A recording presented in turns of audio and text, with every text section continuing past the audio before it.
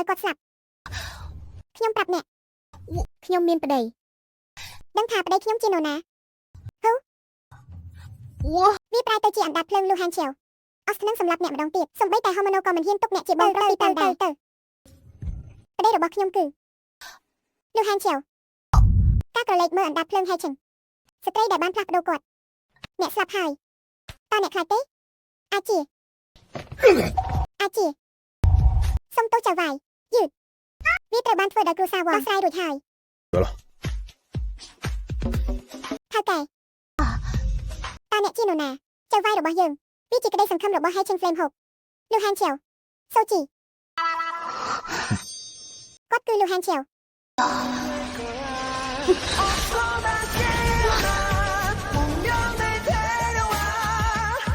ព្រះអង្គគុំចាស់តើនរណាជាប្រពន្ធរបស់អ្នកឆាប់នេះខ្ញុំចង់ទៅរកអ្នក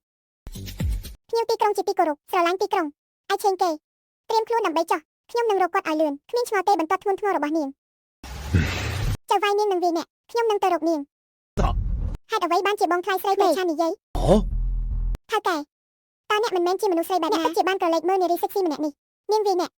ការវាយដំគឺជាម្ដាយបង្កើតរបស់នាងដឹងថាខ្ញុំមិនវាយអ្នកក្នុងរយៈពេល1ថ្ងៃខ្ញុំចង់ឲ្យនាងលេងសើច我要他苏西西ថៅកែ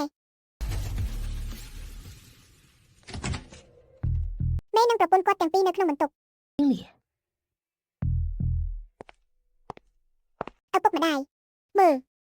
ទៅល្អអត់ស្អាតតើលេរបស់យើងមើលទៅល្អមិនថាអ្នកពាក់អ្វីទេសម្ពុតនេះ